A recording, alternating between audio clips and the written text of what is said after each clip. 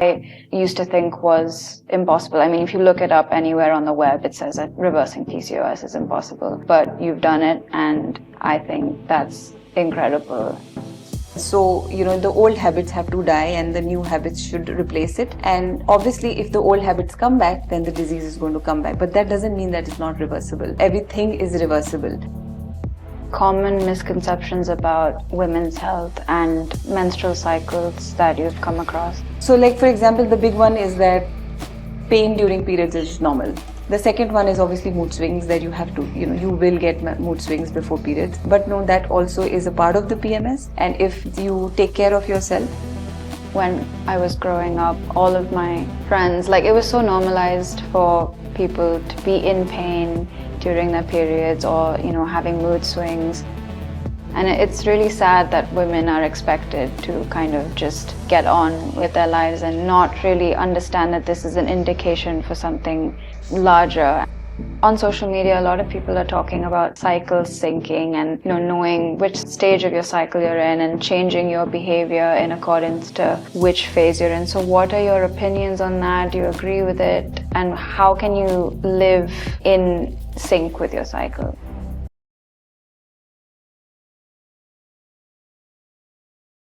Hello everyone, and welcome to the Women Wellness First podcast. My name is Navyasara, and today I'm joined by my mother, Pooja Jaiswal, who is the founder of Women Wellness First. She is an integrative nutritionist and has a holistic approach to women's health. And today we'll be talking about how Women Wellness First came to be and some basic information about women's health. So, how are you? I'm good. How are you? I'm good. I'm excited. I'm also excited. The first question is, what inspired you to start Women Wellness First? So I think it was mainly the struggle that I had giving you a sibling. Helped me come to this place where I thought that, how when I was struggling with my fertility journey, and I think you were 4 years old when you had expressed that you want to have a sibling, and after that the struggle started basically, and it was just things didn't work out, and then I was told by the doctors that you should get an IVF done, and so the procedure after procedure that I went through after that, and then how my endeavor to correct things holistically through acupuncture, yoga, pranayama and diet helped me have the second baby. And then when I did that and when I saw the results, that's when I thought that I should do something in this field where I can talk to other women who are struggling like me, who have fertility issues and are looking for something which is not very invasive or, too many injections and things like that, but they would want to correct themselves first. So that is what I do. I've been doing this for last 7-8 years now. And what I do is I work with clients who have fertility issues, hormonal issues, PCOS, and try to help them holistically to get the diet right, get the nutrition right, get the lifestyle right, so that we can help them in their fertility journey, or if they have hormonal issues, we can correct them. So what are some of your experiences with your clients? What has working with women directly taught you about the wellness space and women's health in general? Obviously, the thing is that when we work with our clients, we have seen that different people respond differently to the plans that we give. So what I have understood is that understanding your body's constitution is very important. Understanding that, something that might work for one person might not work for the other. So it is very individualistic. So that is something that I've figured on the journey, that, for example, even if it's like a PCOS, simple PCOS is considered to be this hormonal balance issue. But then it shows up in different way in a person, in someone who is lean. It shows up differently in someone who has a little bit more weight on them. It shows up differently at different ages as well. So understanding what their body constitution is, exactly what works for them, what doesn't work for them, has helped me tweak the plans a little bit more and make it more robust for them. So we try to understand, okay, what is their body type, For example, in Ayurveda, we have 3 different body types. So Vata body type, we have a Kapha body type, and we have a Pitta body type. So what is the body constitution helps us understand that and then make the plan accordingly. And also we have seen one good thing is that if somebody is on a fertility journey, they are quite keen to get their health right. So we get a lot of success with women who are dedicated towards changing their lifestyle and they're very dedicated and they do exactly what we tell them to do. We see very good results in 3 months. So I think understanding your body is important, which is what I've understood. And second, how deficiencies can have an impact on your hormonal issues and how if you correct them, then things can really, really shift for you. So that is what I've understood during this. What did working like with your first few clients kind of show you? Like, did it show you that, wow, this is a really important space to be in? Did it motivate you once once it worked for them? Can you tell me a little bit about that? So I think when I started working, mainly I was focusing on fertility. Then the whole spectrum opened up in the sense that a lot of people who were coming with PCOS problems to me. Then there were a lot of people who were coming with thyroid issues. A lot of people came with endometriosis. So some of them were because of inflammation. Some of them were because of nutrient deficiencies. Some of them were just because of poor lifestyle.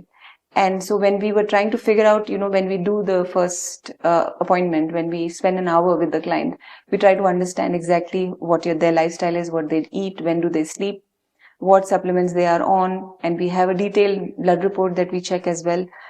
So once we have all that information, then we are able to help them figure out where the gaps are. So, for example, I'll tell you about someone that I worked with, which was a couple, basically. And they were not very, like usually fertility is associated with people who are above 35, 38. That's when the real struggle starts, and that's when you are looking for doctor's appointments and stuff like that. But they were pretty young. They were around in the age bracket of between 28 and 30. So when they came, they both were very stressed.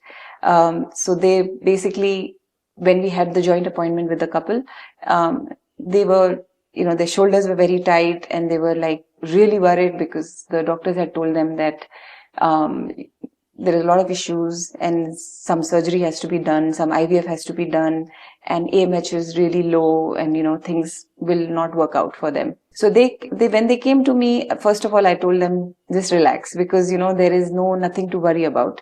And what I've understood is that actually 50% of it is about the mindset, because when the panic sets in and when you're too stressed about things, then body does not respond properly.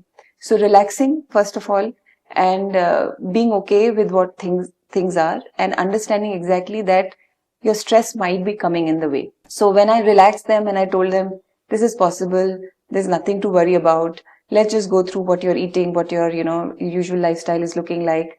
And when we did the whole diet recall and everything, we figured that they both were working 9 to 5. They were both IT consultants, and they were leaving the home at 9 o'clock in the morning, and they were coming late. And there was no time to cook, so they were having the office food 3 times. So breakfast, lunch, dinner, everything was outside. So I said, this is something that we really have to fix, because the nutrition is really not going. And there were, obviously we could see from the blood reports that there were a lot of nutrient deficiencies. Vitamin D was very low, B12 was very low. She had low iron levels as well. So we just changed the diet for them. And we also help them relax that, okay, it's nothing to worry. You both are very young and there's no reason to panic. And I don't think so you need to go for such treatments. And then within 2 months, we came to know that even the plan was not even complete. Before that itself, they conceived and they were like really, really happy. So, mindset plays a big role is what I've understood from people, that when you tend to become too stressed about it, then things don't work. I've seen a lot of people who have gone for the first IVF and have had absolutely normal pregnancy the second time, because now the weight is off. Now they don't have the urgency. One IVF, one baby, they're happy. And then they suddenly know that they are conceived again, because now the stress levels are not there. So I think mindset plays a huge role in this whole game. Yeah, I mean, I remember you've told me so many stories of like working with clients and people getting pregnant after years, Yeah. people getting their period after years, people like so many like unheard of things, like people reversing their PCOS, which Yes. I used to think was impossible. I mean, if you look it up anywhere on the web, it says that reversing PCOS is impossible, but you've done it, and I think that's incredible. And yeah, I think you're downplaying your role in all of this, because I think what you found is that lifestyle has more of an impact on clients than they would think. Yeah. Because they might think that it's a medical issue that they can resolve with pills. Yes. But you're saying that there's so many more factors to it. Yeah. Yeah. Yeah. I think with younger girls, I would say that PCOS has become much more common. And I mean, if you look at it from lifestyle point of view, then we are not moving as much as we used to. Most of them are doing desk jobs and they are sitting from 9 to 5 on a desk. Again, when you are working and you're focusing on work, your, body is quite tight and your breathing is not relaxed and not breathing into your belly and everything is like tight. And that kind of then takes a toll on your hormones, because your hormones, the mother hormone, is progesterone. Everything then stems out from there. So even the estrogen and testosterone and everything stems out from how progesterone is behaving. And progesterone thrives in relaxation, repair, and when it gets time to just, take a deep breath in a way, that is when progesterone thrives. So movement is something that has definitely gone down. Second thing is stress levels are through the roof, because you're back to back, 11, 12th, you're preparing for an exam or you're trying to get into a college. Then 3 years, they just go by, or 5 years go by just studying and partying and things like that. And then you get into the workforce where again the stress levels go up. So all that kind of takes a toll on your diet, on your nutrition levels, on your overall, the blood markers are also off the chart. So once you start correcting that, and in fact, it doesn't take too long, to be honest, to correct things. I have seen things getting corrected within 3 months. So we're looking at 3 menstrual cycles, and if you put a plan in place and you focus on 3 months, then especially in younger girls like 25, 26, 27, 28, things reverse very, very quickly. And it is reversible. PCOS is definitely reversible. Obviously, there is a breeding ground for a disease to happen. The breeding ground can be a poor lifestyle, poor sleep, poor movement and things like that. And once you put that in place, the breeding ground changes and then it becomes more healthier. So then you start seeing a big change. But then that doesn't mean that you can't reverse it. You have to make sure that the breeding ground is always healthy. And so, the old habits have to die and the new habits should replace it. And obviously, if the old habits come back, then the disease is going to come back. But that doesn't mean that it's not reversible. Everything is reversible. Even if it is genetic, it is reversible, which you've seen in your Nani's case, that she had a hereditary issue of asthma. And we thought that it's never going to get cured, but then she corrected it through yoga, pranayama. So, and now you've seen that she has more energy levels than us, and she has no asthma, no general cough, congestion is also not there. So even genetics can be reversed through lifestyle. Then why would a PCOS, which is a lifestyle related problem, not get reversed? It's definitely reversible. What are some common misconceptions about women's health and menstrual cycles that you've come across? So like, for example, the big one is that pain during periods is normal. That has been normalized too much. Especially, I remember you came to me once and you told me I don't get pain, is this normal? So I was like, yeah, that is how it's supposed to be. Yeah. Initially in the first few years. So yeah, I think that's something which has been told to us, that pain is normal, but actually pain is again a deficiency. It's throwing some kind of deficiency, and we have seen that, the months where we eat clean, the period comes better and there's no pain. And the month which is very stressful, or you're running around and you've not eaten properly, then that month the period quality changes. So month on month you can see a difference in how the pain changes. So yeah, normalizing of pain is something which is like a big misconception. The second one is obviously mood swings, that you have to, you will get mood swings before periods. But no, that also is a part of the PMS. And if you take care of yourself in the way that, cyclically, if you do things, which is basically one of the big ones is that you can do anything during period. You can run, you can drink, you can party, you can, it's just one of those things. You can take a pill and get on with life. I don't think so. That should be taken lightly, because during period, it's basically a detox period. Its body is letting go of some toxins that have built up along with the lining. So it's a great opportunity for your body to detox. And when we detox, then usually, how would you detox the body? The detox would, if you were to go on a retreat for a detox, they would ask you to relax. They would ask you not, you will not be working at that time. You'll be drinking a lot of water. You will be eating very light food because your digestion, you're just cleansing basically.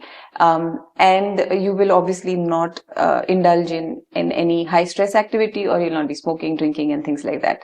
Or you'll be running around and things like that. So if you take rest during those 2-3 days, take it slow and eat food which is light and drink a lot of water. This can really help in improving the quality of the period, not this one, but the next one and the next one and the next one. So, so that is something that is a misconception, that you can just get on with your life and do whatever you want during period. If you take rest, you will see that the period issues will definitely come down. Yeah, I mean, I definitely agree that, like, when I was growing up, all of my friends, like, it was so normalized for people to be in pain during their periods, or, having mood swings. And it's really sad that women are expected to kind of just get on with their lives and not really understand that this is an indication for something larger and more, and people aren't encouraged to kind of look at the root cause, which is what happens when they come to you. If they come to you, then you get the chance to tell them about why are you having these issues and what is causing them. So I think it's really important to understand that your body tells you when something is not right, instead of just ignoring it, because we live in a society that kind of tells you that, if you have an issue, then there is a pill to sort it, or if you have work, then, you can't really take time off and take time for yourself. So do you feel that your practice is kind of goes against how society is operating right now? Yeah, I think so, because the whole setup is such that it is actually working against you being healthy, right? So, for example, if you're going for corporate meetings and stuff like that, you will always be served coffee, crisps and sandwiches. There is no dry fruits being served, or a healthy meal being served anywhere. Instead of water, there will be, other fizzy drinks and stuff like that. And it's considered to be cool to have, all this around you in a corporate setup. But it actually takes a toll over a period of time. So the culture is such that, the work culture is such that it is. So for example, if you're trying to be healthy, and if you're trying to, we've seen that, in the last 2 to 3 months, you've been on a very healthy sort of a regime, and it's so hard for you. Yeah. So actually, because if you're meeting friends, what do you eat? In the restaurants also, what do you order? Even if you want a beverage, what do you order, which is healthy, which has less calories, and it doesn't take put an impact on your health. So I think the whole system is working against. And when we tend to tell people that, this is how you need to do it, they need to set time aside. They need to, it's almost like a project that they need to take up. It doesn't come naturally in the setup. So that is a bit of a downside, and that's probably why we are having more problems like that, because the work, the lifestyle, everything, the culture around us is not helping us stay healthy. What is some things that you wish that you knew at 21, which is my age, that you know now? Oh yes, I did not know that nutrient deficiencies can be such a big, have such a big impact on your health. I just did not know. I always had low iron levels. I always struggled. But then I had this, because when I was growing up in my family, there was a very less culture of eating. Like medication was like looked down upon, like you don't have to eat. Har cheez ke liye dawai mat khao. Naturally कुछ कर लो ताकि दवाई ना खाना पड़े. तो जब supplements भी मुझे दिए गए तो मुझे लग रहा था ये भी एक तरह की दवाई है. If I am popping a pill, I feel like it's a medication that I'm taking and it might have negative impact on me. Learned it the hard way. When I had the nutrient deficiencies, I was low on vitamin D, I was very low in iron, I was very low on B12. And when I took these supplements, how it changed, everything. So my hair was like falling like anything. And when I took the vitamin D, my hair fall stops and I'm like, okay, that is how nutrient deficiencies, a single nutrient deficiency can have so much impact. The other thing that I did not understand was how food can play such a big role. That simple food can be so potent in giving you the right nutrients. If you understand that you have, now I understand if this is a nutrient deficiency, this is the food you need to eat. So I've tailored it down to that level. However, I did not understand that eating a good meal, diverse meal with lots of veggies on the plate, lots of fruits on the plate, can actually give you a lot of energy. That can actually be a very good way to stay vital. I was always low on energy when I was your age. Always getting very exhausted all the time, falling ill all the time. And now I am much older, but because I understand how food works, how nutrition works, how deficiencies work, I feel like I'm in a much better state because I feel like my energy levels are better, and those problems which are there are not there. So yeah, I've understood the hard way. But I think food is medicine. There is no doubt about that. I've also understood the importance of water, how water and electrolytes, like I keep telling you, how electrolytes can really help you a lot. So which we take lightly. So sometimes when people are just feeling very fatigued out or just tired, it's just lack of water in your body, lack of salts in your body. And once you start taking the right salts and right amount of water, actually the energy comes back. So those are the things which I did not know. I thought that all this is happening because it's maybe I don't have enough weight on me or things like that, but it was not like that. It was probably just deficiencies. Yeah, I mean, now you know all of this, so you pass the knowledge down to me. So I had premature graying when I came back from college in my second year. Yeah. And I remember you were oiling my hair and you said, oh my God, you have so many white hairs. And I was like, oh my God, how will we fix this? And you put me on these supplements for 3 months and it actually reversed my gray hair, which is insane. Yeah.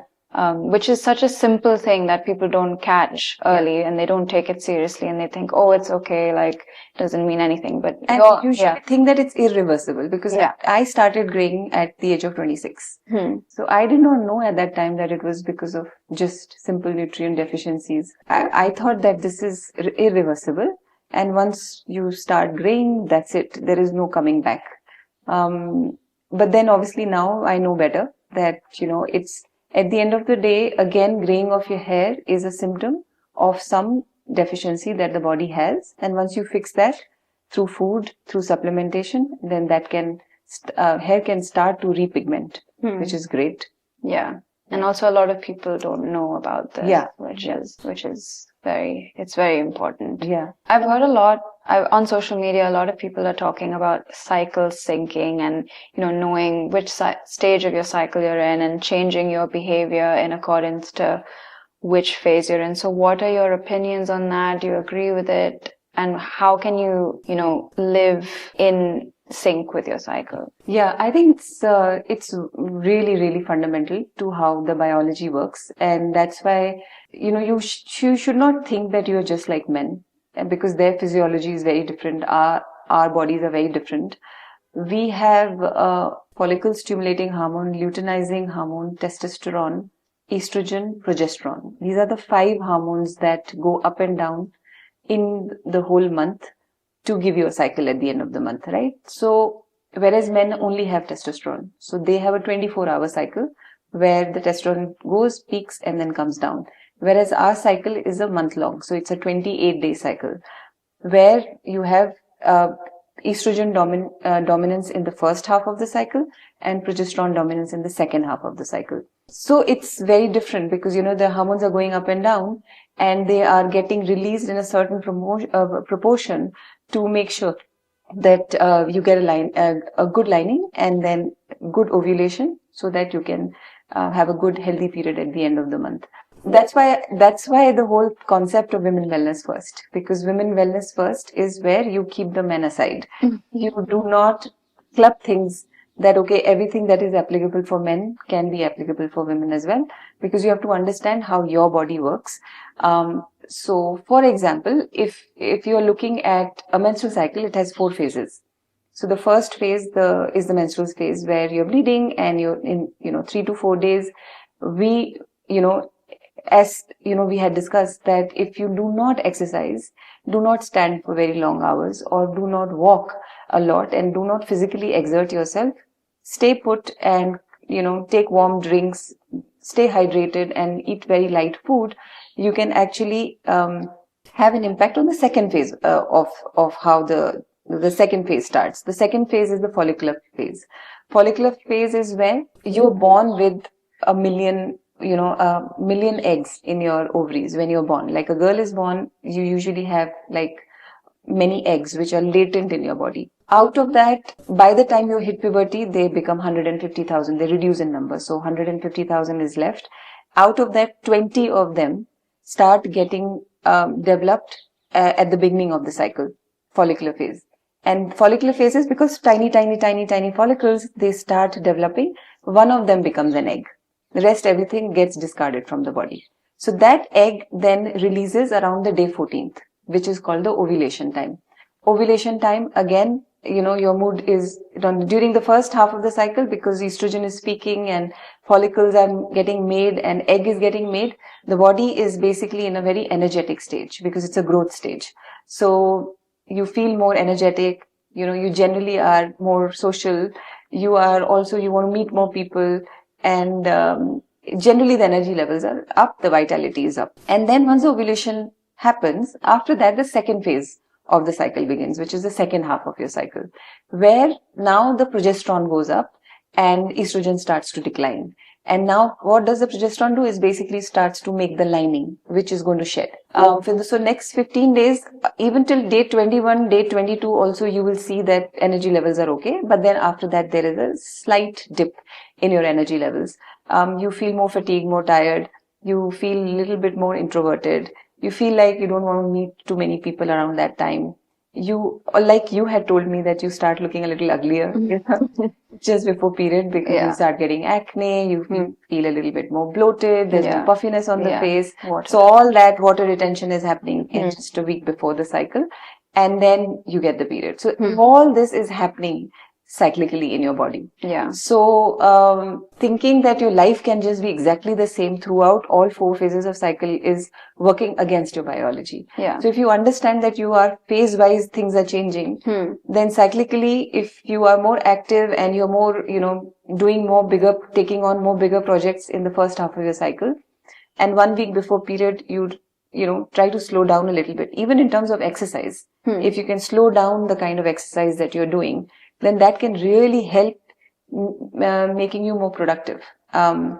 You can be more productive. You can also know that, okay, my mood is dipping not because I am unproductive, I'm inefficient, I can't do things. It's just that biology is playing a big role in that. And once you understand that, then you don't put too much pressure on yourself. I mean, like in the gym also, like I've noticed that just before the period, like in the luteal phase, you suddenly can't lift as heavy. It's like I could lift these weights like 2 weeks ago. Why can't I now? And also, like, I know a lot of people who, they're crying and they're like really emotional, and then they check their period up and they're like, oh, okay, never mind. This makes sense. So it's very empowering to know which phase you're in, so that you can, adjust your, work, like, make your life around that instead of working against that for no reason. I think, because the testosterone is peaking in the first half of the cycle, and that's why that helps you,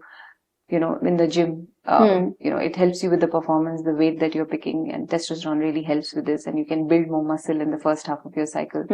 In the second half of your cycle, if you do more yoga, pranayama, more stretching, the stretching actually can really help in opening the pelvic floor, and then that can help in giving you less pain also during the period as well, because you need to stretch and open that area, let the blood flow happen towards that area, and then that can then help you give you a painless period as well. So tweaking your workout, tweaking your food, tweaking your social calendar a little bit, not too much, can actually make you more productive. You can really be at your best if you understand how your body's rhythm is changing according to the cycle. Yeah.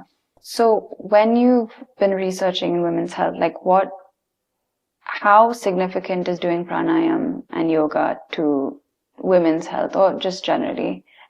I think it's the backbone. I think it's the backbone of how things can really shift for you. The yoga is designed in such a way that it improves your lymphatic movement, right? So basically, when you are doing any kind of yoga poses, you would have seen that there's a lot of twists, and there are spinal twists that you do. You'll do like a chakrasana in which you'll bend this way or bend that. So basically, all you're doing is that you are activating the lymph, which is underneath your skin. Just underneath your skin, there's like a full motorway of lymph that flows. And lymph is the toilet of your body. So it's like if the lymph is blocked, that means your toilets are blocked and the toxins are not leaving the body. Now, with women, what happens is that you must have heard about this. There's estrogen is dominant, right? So estrogen becomes dominant because every month that estrogen gets made, it needs to get flushed out of the body. Yeah. Now, the flushing out of it will happen only when the lymph is moving. The toxins are getting removed. Your detox method is working well. So if the lymph is static, then toxins will accumulate. So how do you know that your lymph is static? Like, what are some signs? So lymph is static, you'll come to know through, like, for example, if you're constipated, first. Second, if you see that there is a lot of puffiness in your face in the morning, first thing in the morning, you know that your lymph is not draining very, very actively. If you feel like there's a lot of bloating, water retention just before period, that also is indication that the lymph isn't moving very nicely. So yoga, in yoga, what we do is we just do a lot of twists, turns and stuff like that. So the top layer of the skin actually gets stretched and squeezed and turned. And that really, it's like almost like, how you take a towel and you squeeze it. That kind of thing. There are a lot of movements like that in your yoga, which squeezes your body, and that makes the lymph move. Once the lymph starts to move, your estrogen starts to leave the body. You start detoxifying. And when the estrogen moves out of the body, the detoxification is happening in the third phase of your cycle, you will see that you'll start getting a wetter period automatically. So yoga pranayama actually works really, really well. Pranayama, for that matter, would help in, because it works on your pituitary gland, which is the master gland, which releases most of the hormones. And that gives the message of how much estrogen and progesterone should be released by the ovaries. So when you work with pranayama, it relaxes your body. You're doing more belly breathing. So the body is more relaxed. And like I said, that the mother hormone, which is the progesterone, thrives under relaxation. And when you feel completely rested and at peace is when progesterone flourishes in your body. So when you do pranayama, you're telling your body, I'm relaxed, I'm happy, I'm calm. And that then starts to make more progesterone in the second half of your cycle. And when you do the yoga, it tends to then help you detox your body from estrogen, excess estrogen building up your body. So that kind of really balances everything. And then you tend to get a really good period. And period is actually the fifth vital sign of your health, which the men don't have. So you have an extra indicator in your body. So it's like a report card. If 1 month, if you don't get a proper period, you know what you did that month, you will know that you were stressed or you were stretched or you didn't eat properly, maybe you didn't sleep properly. And the month that you do it properly, you do your yoga, you do your pranayama, and you're sleeping well, you'll see that everything just flows really smoothly. So it is a vital sign, and you need to keep a close eye on how your period is. Yeah. And also, like period, like it's not only pain and bloating, it's also clots, clotting, heavy flow. Which I also, again, it's very normalized. I used to think that it was normal to have clots, but it's not. And so what does having clots indicate? First of all, it indicates iron deficiency. So that means basically you're bleeding too much. So, if you're bleeding too much, too much iron is going out of the body, you become deficient. So it's like it feeds into each other. So for example, if you are deficient in iron, you'll get a heavy bleeding. And if you have a heavy bleeding, you'll become iron deficient. So it basically feeds into each other. Yeah. So that's the first sign that you need to check your iron levels, your ferritin levels, your serum levels to make sure that there is no iron deficiency. The second thing is that if the blood is too thick, then it will make clots. And why is it thick? Is because either there is too much fat consumption, which you're just eating too much fat in your diet, which is like processed food or oily food, a lot of cheese, a lot of dairy, a lot of meat, a lot of eggs. So that will make there's a lot of fat consumption. So if the fat is more, then that will make your blood a little bit more thicker. So now what you do is you basically start to hydrate yourself. So first you could be dehydrated as well. So because the body needs a lot of water in the second half of the cycle to make the blood. So if you're dehydrated, then you can see a lot of clotting as well. So dehydration is one of the reasons, and second is a lot of fat consumption can also cause a lot of clotting, and third is iron deficiency. So if you correct all those things, then you start cleaning your liver. So liver gets overwhelmed with a lot of fat digestion. So it is not able to handle so much fat. So it's then starts to not detox and then starts giving you heavy period and clotting as well. What would you say are the easiest lifestyle changes that a woman can make right now to, improve their health? So the easiest ones, for example, I would talk about your age bracket, is getting the movement in. So just make sure that you're moving a lot, and also moving your, legs, specifically doing a lot of leg workouts or squatting and sitting in an asana which is called malasana for some time. That can really open the pelvic area and then start to improve the blood flow in that area.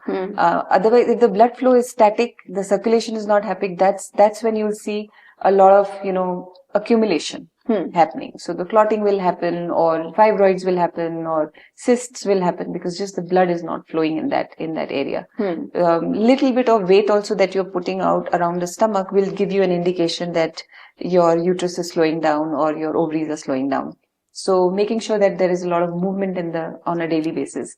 Like, a good marker would be like 10,000 steps, but sometimes even if you're not able to do 10,000 steps, moving around during the day, not sitting for too long, and just doing like your household chores and stuff like that, sitting down, getting up, picking something up from the kitchen, going back, just general movement should be a little bit more on a daily basis, and walks or some kind of exercise that you should do on a daily basis. That can really make an impact, because if you don't move, then the lymph is becoming static. And the second thing is that you will not be able to burn the food really well. So, and then there will be there will be high calorie consumption in not burning it. So that always then accumulates in the form of weight. And then when the weight gets put on, then you'll start having a lot of period issues as well. So keeping your weight in check is very, very important as well. Because we're not moving that much, our calorie requirement is not that high as well. So just making sure, understanding how much is it that you need to stay at a healthy weight. And one of the good ways would be that just making sure that your weight doesn't go up too much. So trying to measure your weight every month just after period, because there's bloating and all that happens, that can give you a false indication of what your weight is. So my idea would be that you weigh yourself once a month, just after period finishes, and then you measure that every like how you track your cycle, you input your weight as well every month, and then even if the weight goes up by 1 or 2 kilos, see if you can reduce it, because it's very easy to reduce 1 or 2 kilos, but it's very difficult to reduce 10 kilos. So keep a ideal weight in your head. Okay, this is my ideal weight, this is where I perform the best, this is where my body functions really well. Everybody has their own ideal weight, and then try to see if you do not cross that by more than 2 to 3 kgs, and you bring it back down to that. So I think that itself can really solve a lot of problems in the beginning itself. What is one thing that you want all of the women listening to this episode to take away? The thing is that the first thing I would want to them to take away is that your health can be corrected. We all think that things are irreversible. For example, a lot of people will say that I am on thyroid medication and it's for life, because that's what we are told, that once you are on thyroid medication, you'll have to take it for the rest of your life. But we never look at it. Okay, why is it that my thyroid went off the chart? What did I do? Can I fix it? Maybe it is because of nutrient deficiency. Maybe it's because my liver is slowing down, or why did my metabolism slow down in the first place? And can I actually get rid of this medication? So I think that is the first point that you should start from, that. Why am I popping a pill to fix this? Can I fix it naturally through the lifestyle? Because 99% of the problems that we are having these days are because these are lifestyle related issues. These are not like, we don't have things like typhoid can be corrected, through medication. There's so much advancement. If you have any fracture or something, then all the procedures are in place for that you need a fracture and how you treat it and all that. So for that, medical intervention is great. But for lifestyle related problems like thyroid issue, PCOS issue, weight issue, insulin resistance, diabetes, I think the first thing you need to look at is, what did I do wrong and how can I fix this? And then see if that doesn't work, then obviously take the help of medical intervention. Yeah. Okay, that's all the questions that we have today. Thank you so much. Thank you for all of the wisdom that you've imparted on us today. If you have any topics that you want us to address next time, then just comment down below, and we'll see you next time. Thank you so much. Thanks for asking such relevant questions. I hope it is, young girls can also learn few things and impart, obviously make sure that they are also doing what you've been doing, and it has really, really made a huge difference as well. So thank you for asking the relevant questions. Thank you. Thank you.